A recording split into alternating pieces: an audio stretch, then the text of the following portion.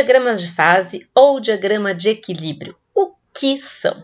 Eles são os mapas que mostram as microestruturas mais estáveis em determinada temperatura, pressão e composição. Eu circulei aqui a palavra estável porque ela remete ao equilíbrio. O que é esse equilíbrio? O equilíbrio quer dizer que o material ele fica daquela forma permanentemente porque ele está no estado mais estável para ele, mais confortável. Os materiais eles são como nós, eles querem ficar no estado de conforto. A gente só sai da zona de conforto quando a gente precisa sair da zona de conforto. Então, a mesma coisa acontece com os materiais. E no caso deles, quando que isso vai acontecer? Quando houver alguma alteração de pressão, temperatura ou composição. Se a gente não alterar nada e deixar o tempo suficiente para ele se arranjar, ou seja, para ele se difundir da forma que ele gostaria, ele vai atingir um equilíbrio e assim permanecerá permanentemente caso nada seja alterado. Termodinamicamente, a gente diz que um sistema está em equilíbrio quando ele está na sua energia livre mínima. E essa energia livre ela está atrelada à energia livre de Gibbs, que é dada por essa equação, onde ΔG é variação da energia de Gibbs, é igual a ΔH menos T ΔS. Variação de entalpia menos temperatura, variação de entropia. Por que isso é importante? Por que eu quero entender as microestruturas, eu quero ler diagrama de equilíbrio? Porque as fases, os microconstituintes que a gente enxerga, eles são atrelados às propriedades mecânicas. E para o engenheiro é muito importante a propriedade mecânica dos materiais. Então, a gente faz projetos de liga de acordo com a propriedade desejada. Então, antes da gente entrar efetivamente nos mapas e eu ensinar para vocês como é feita a leitura, nós precisamos definir alguns conceitos, Começar com o que é fase. As fases, elas são regiões homogêneas com propriedades físicas e químicas características. Um exemplo que eu posso te dar de fase.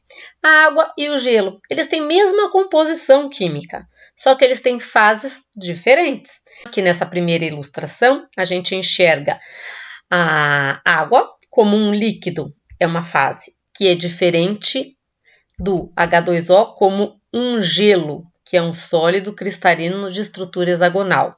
Quando eu misturo a água e o gelo, eu vou verificar um contorno de fase, que é essa região que faz intersecção entre o líquido e o sólido. Isso é uma descontinuidade no sistema. Isso é como se fosse um defeito no sistema, tá?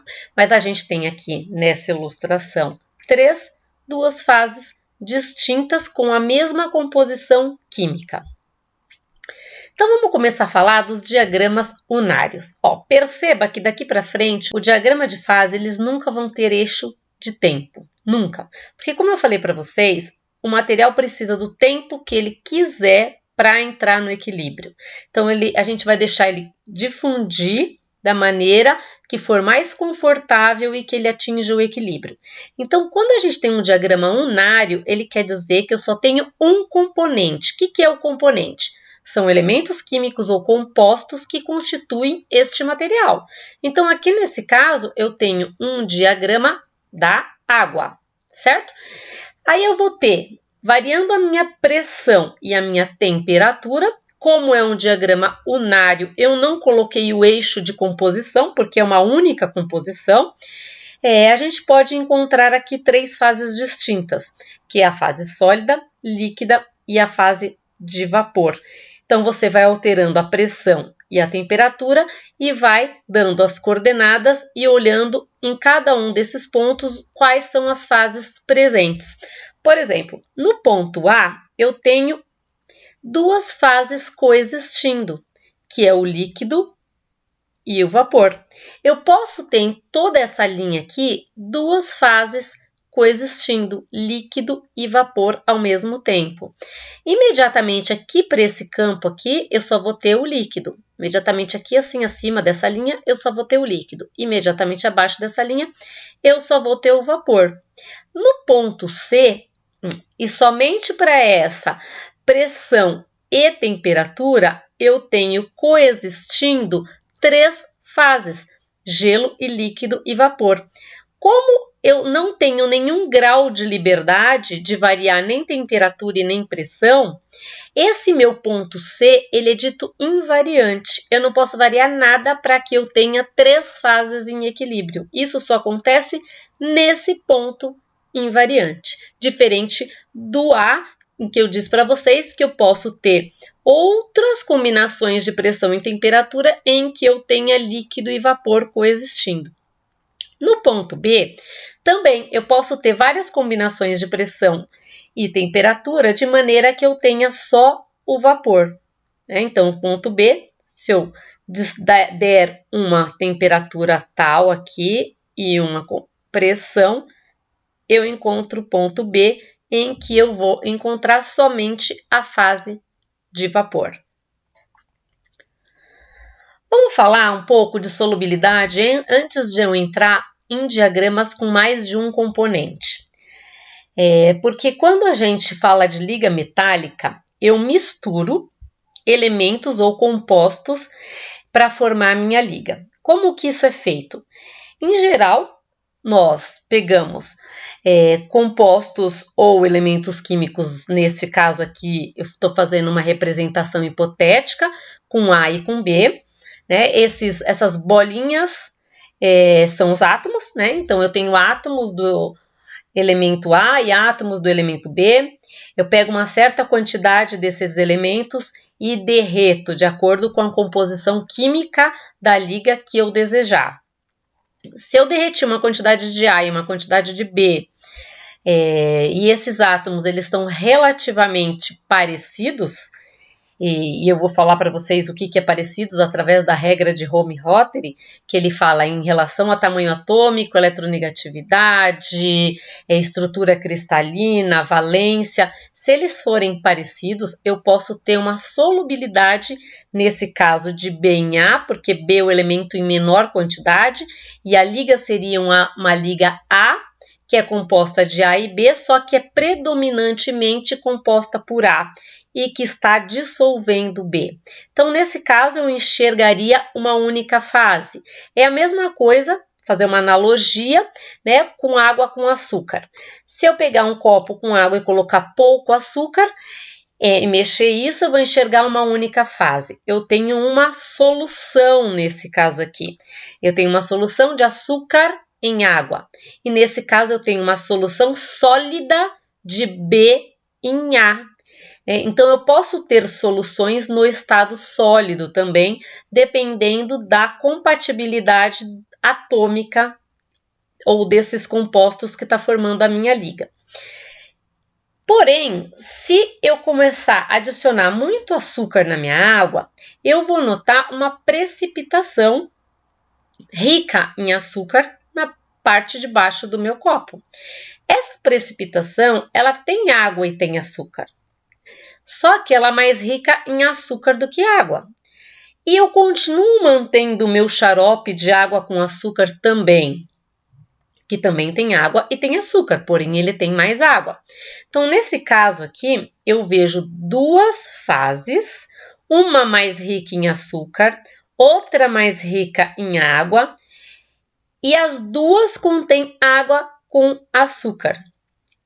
E, analogamente, quando eu coloco mais do elemento B em A, e se eles não forem tão parecidos, que eles não cumpram a tal da regra de Helm-Rotary, por exemplo, vai haver uma precipitação. Eu vou notar um aglomeradinho rico em B dentro dessa minha liga. A gente não consegue enxergar átomos no microscópio convencional, nem microscópio óptico, nem microscópio eletrônico de varredura, mas você consegue enxergar o precipitado como um pontinho, às vezes um defeito. Na microestrutura você consegue verificar isso, assim como você consegue verificar os contornos de grão, que são defeitos. Então, atomicamente, a representação seria assim: aglomeradinhos ricos em B, porém que possuem A, e aqui eu tenho a parte da liga que também é rica em A e contém B. Isso é uma liga polifásica. Eu vejo mais de uma fase. E essa fase rica em B, ela tem propriedades mecânicas diferentes da fase que é rica em A. Muitas vezes a gente quer a precipitação porque eles são bem importantes para o desgaste, para a resistência mecânica. Então a gente faz tratamentos e projetos de liga para que a gente tenha precipitado. E a gente pode controlar a forma com que esse precipitado vai acontecer. Então ele é muito importante na engenharia, formar ligas em que eu tenha precipitações.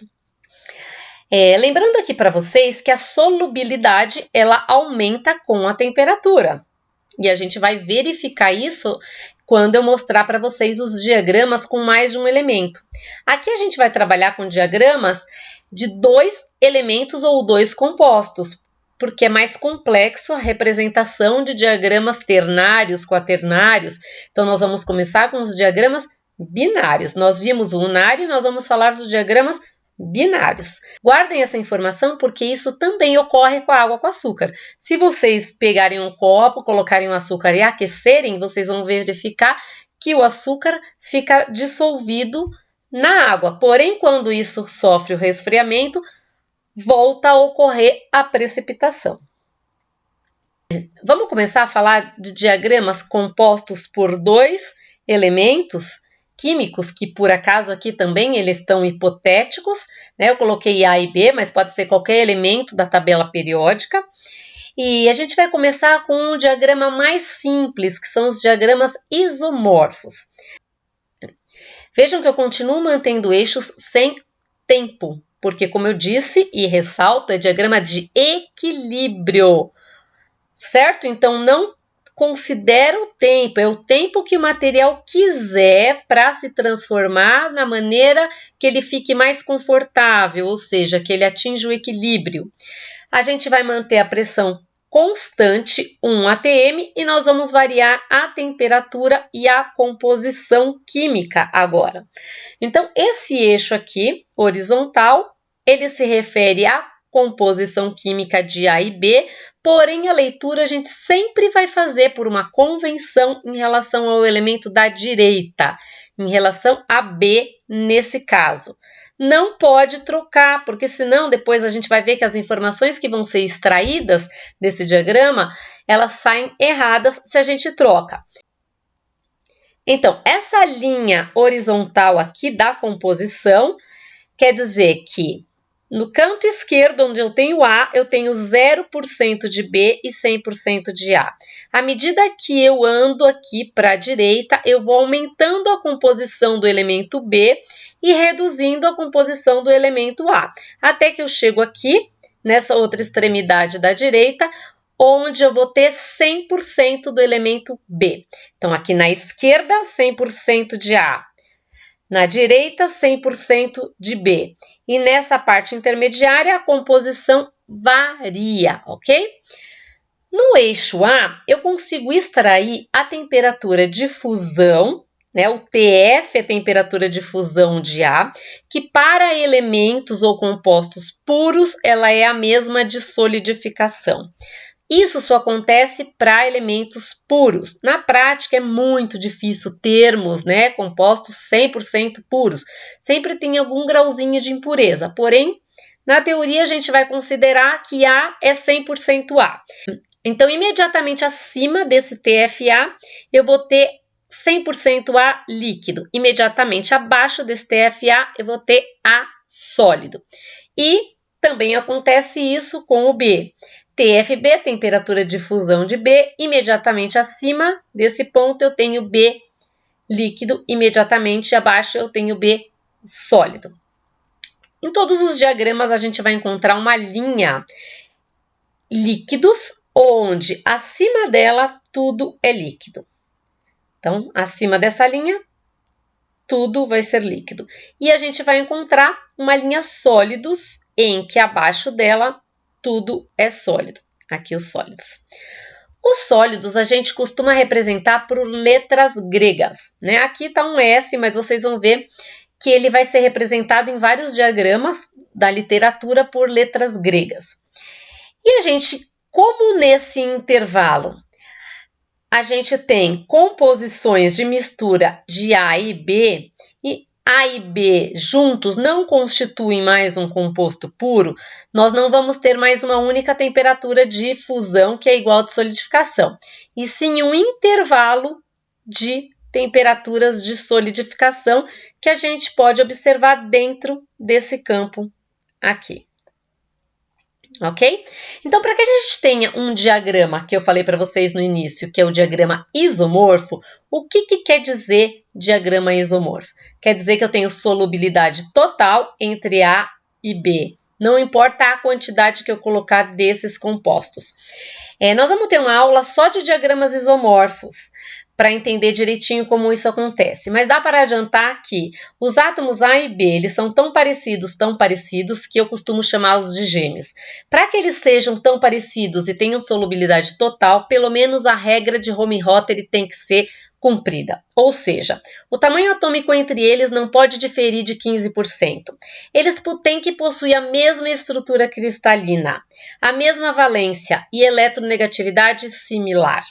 Dessa forma, eu consigo uma liga 100% em solução sólida, como eu mostrei para vocês aqui nessa imagem. Uma liga 100% em solução sólida, eu vejo uma única fase, não existe precipitação. Agora, nós vamos falar dos diagramas de fase anisomorfos. Nesse caso, o elemento A e B, eles já não são mais tão parecidos, né? Então, eles não conseguem mais dissolver 100% um no outro. Então, agora a gente enxerga uma linha solvus, que é uma linha onde a gente verifica a solubilidade, nesse caso aqui desse lado esquerdo de B em A, né? Essa fase alfa é uma fase rica em A que contém B. Essa fase beta é uma fase rica em B que contém A. Veja que tanto o alfa quanto o beta, eles não estão mais nas extremidades. Somente nas extremidades é que eu tenho composto puro. Somente aqui nesse eixo vertical esquerdo eu tenho só A e 0 B. Somente no eixo direito eu tenho 100% B e 0 A. Em qualquer local aqui eu vou ter uma mistura de B com A. Quanto mais próximo de A eu tiver, maior quantidade de A eu vou ter. Quanto mais próximo de B eu tiver, maior quantidade de B eu terei, ok? Veja que aqui também eu só tenho o eixo de temperatura e composição, pressão constante 1 atm. Não entra tempo, diagrama de equilíbrio nunca entra tempo. É um diagrama que o material leva o tempo que quiser para se transformar e ficar no equilíbrio, que é a maneira que ele permanecerá eternamente se não houver variação nem na temperatura, nem na composição e nem na pressão. Desse diagrama, a gente começa a verificar linhas de reações e pontos invariantes também, como a gente viu no diagrama unário. Esse ponto aqui é um ponto invariante, onde exatamente aqui nesse ponto eu tenho em equilíbrio três fases coexistem. São elas líquido, alfa e beta. O líquido que está aqui em cima e o alfa e o beta que estão aqui embaixo. Então, por que ele é invariante? Porque eu não posso alterar nada. Se eu alterar, eu não tenho mais as três fases coexistindo. E essa linha toda horizontal é uma linha de reação que a gente vai agora verificar no próximo slide quais são os nomes dessas linhas de reações, tá? A gente também pode extrair desse diagrama aqui, onde eu não tenho mais solubilidade completa, fases terminais, né, que são a fase alfa e beta, fases terminais, e fases intermediárias. Por exemplo, alfa mais beta é uma fase intermediária. Se eu não desse para vocês o que tem aqui neste campo, ou o que tem neste campo e neste campo, vocês teriam que saber preencher. Ai, como que eu vou saber isso, professora? Porque o que tem nesse campo aqui, nesse intermediário aqui, é o que tem na esquerda mais o que tem na direita. Então, na esquerda eu tenho o alfa está aqui. Na direita eu tenho o beta está aqui.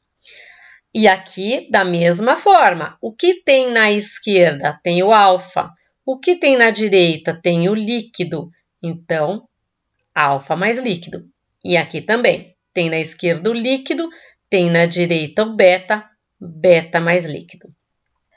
Também temos a linha líquidos, onde acima dela tudo é líquido. Também temos a linha sólidos, onde abaixo dela tudo é sólido. E agora temos a linha solvos. Como eu falei para vocês no slide anterior, a solubilidade ela decresce com a temperatura. E aqui a gente pode ver isso acontecendo claramente. A fase alfa, ela é rica em A, mas ela tem B. Se eu tiver nessa temperatura aqui, ó, onde está o meu cursor, eu tenho B totalmente dissolvido em A e eu enxergo uma solução sólida alfa.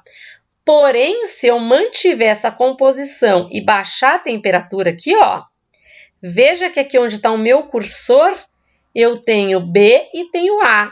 Só que agora não tenho mais uma fase de solução sólida. Agora, caiu a minha solubilidade e eu vou ter uma precipitação de beta em alfa, como acontece nessa figura aqui.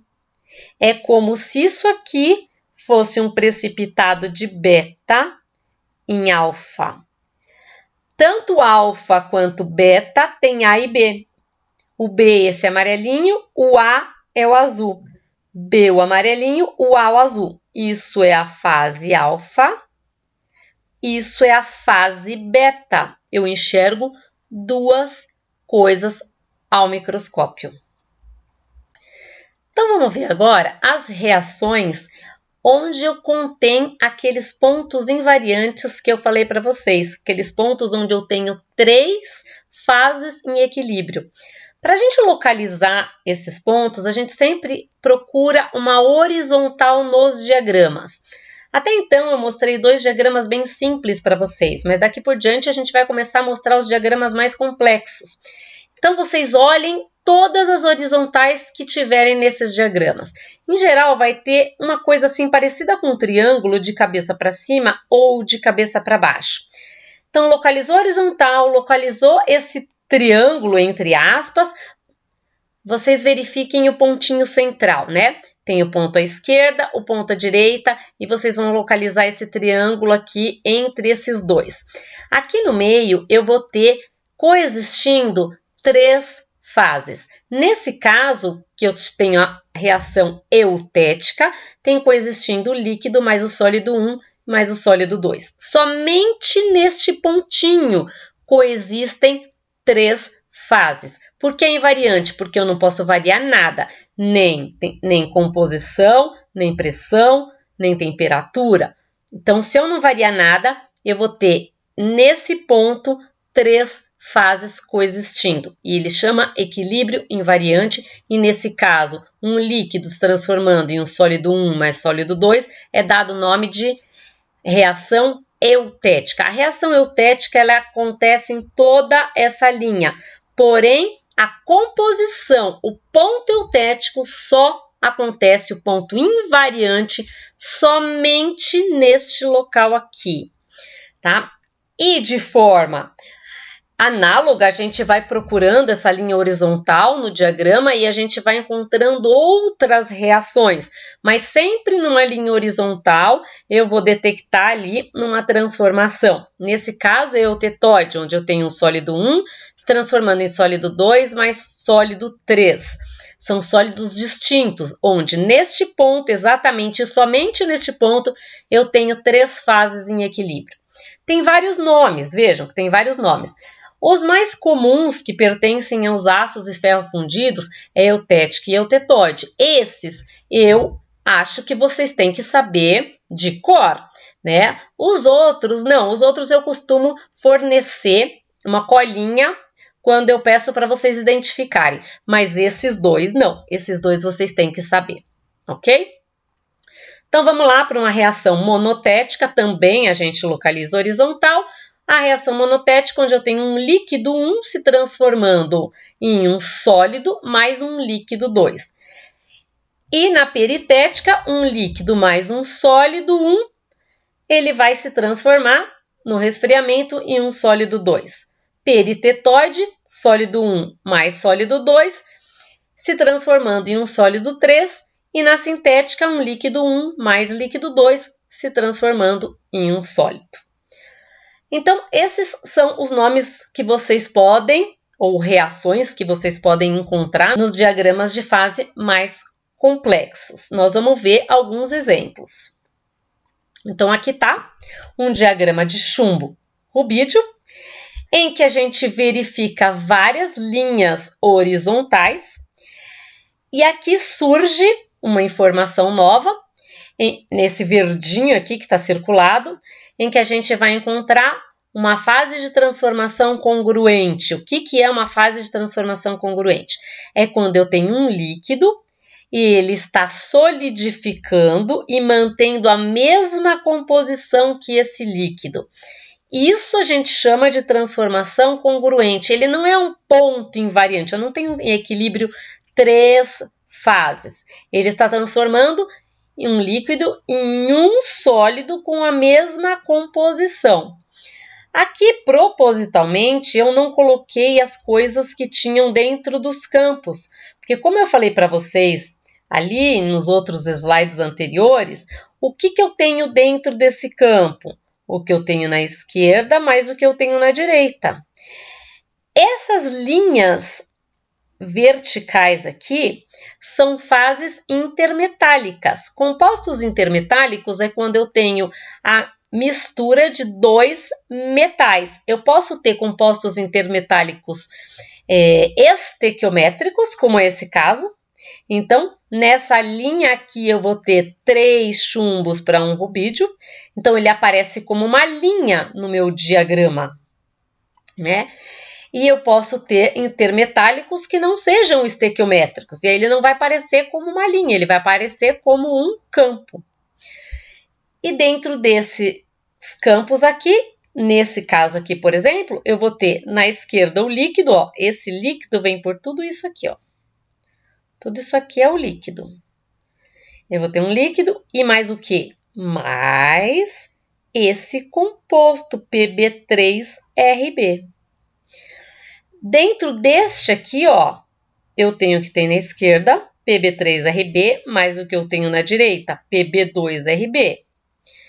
Aqui, nesse, Pb2Rb mais Pb3Rb2. E assim por diante. Quando eu tenho linhas pontilhadas no meu diagrama, é que eu não tenho certeza do que está acontecendo. São coisas, às vezes, os diagramas são feitos por softwares, como o Thermocalc, por exemplo, e a gente não tem certeza absoluta do que está acontecendo ali, e aí eles representam como linhas tracejadas. Voltando às reações, se vocês verificarem aqui, ó, em todas as linhas horizontais, eu vou estar ali, nesse caso, aqui é o triângulo de cabeça para cima. Aqui eu não tenho triângulo porque eu tenho um ponto, mas eu consigo localizar nessa horizontal um ponto à esquerda, um ponto à direita e alguma coisa central. Quer dizer isso que aqui nesse campo eu tenho um líquido, né? Porque eu olho para a esquerda que é líquido, eu olho para a direita é Pb2Rb, então nesse campo eu tenho líquido mais Pb2Rb, e isso somente neste ponto aqui eu tenho em equilíbrio 3 fases, líquido Pb2Rb mais Pb3Rb. Então, eu venho aqui e vejo, quando eu tenho um líquido mais um sólido se transformando em outro sólido, como chama a reação? Então, essa aqui, não é também não é. Opa, essa aqui. um líquido mais um sólido 1 se transformando em um sólido 2. Então, o nome dessa reação aqui é peritética. Agora, vamos para essa aqui. Eu tenho uma linha horizontal, que é a extremidade da esquerda, a extremidade da direita, alguma coisa central. Somente nesse ponto central eu tenho o que tem em cima, que é líquido, e mais o que tem embaixo, que é o PB, que está na esquerda, mais PB3RB, que está na direita. Então, eu tenho um líquido se transformando em dois sólidos. Eu vou achar lá o nome da reação, que é um líquido se transformando em dois sólidos. Opa, logo aqui na primeira, um líquido se transformando em sólido 1 mais sólido 2. Então, esta é uma reação eutética. Líquido transformando em PB, que é o que eu tenho na esquerda, mais PB3RB, que é o que eu tenho na direita. Uma reação eutética. Essa linha é todinha de reação. Isso a gente vai ver quando eu falar de evolução microestrutural, que é qual é o impacto de fazer um resfriamento em linha de reação. Porém, somente neste ponto eu tenho em equilíbrio 3 fases, onde eu não posso alterar nada, porque de outra forma eu não tenho mais em equilíbrio 3 fases. Nesse diagrama, a gente pode tirar o ponto de fusão, que é o mesmo de solidificação de chumbo. Aqui é a mesma coisa do rubídio. A gente vê todas essas linhas de reação, que aí eu vou deixar como exercício para vocês dar um nome a essas reações. A gente vê uma reação diferente da que a gente tinha visto, que é uma reação congruente, né? Agora, em que eu tenho um líquido transformando ou solidificando em um único sólido com a mesma composição química. E a gente vê agora que também a gente pode ter campos no diagrama feitos somente por uma reta vertical, não tem problema nenhum. Aqui tem um outro exemplo de diagrama de fase anisomorfo também, como eu disse, excede limite de solubilidade, então aqui é chumbo e bismuto. A gente também verifica as linhas de reação através das horizontais. Aqui, por exemplo, a gente tem as fases ricas, né? As fases ricas em chumbo, as fases ricas em bismuto, e que são fases terminais, né? Ficam aqui nas extremidades. Aqui a gente tem uma solução sólida intermediária, que é uma fase intermediária.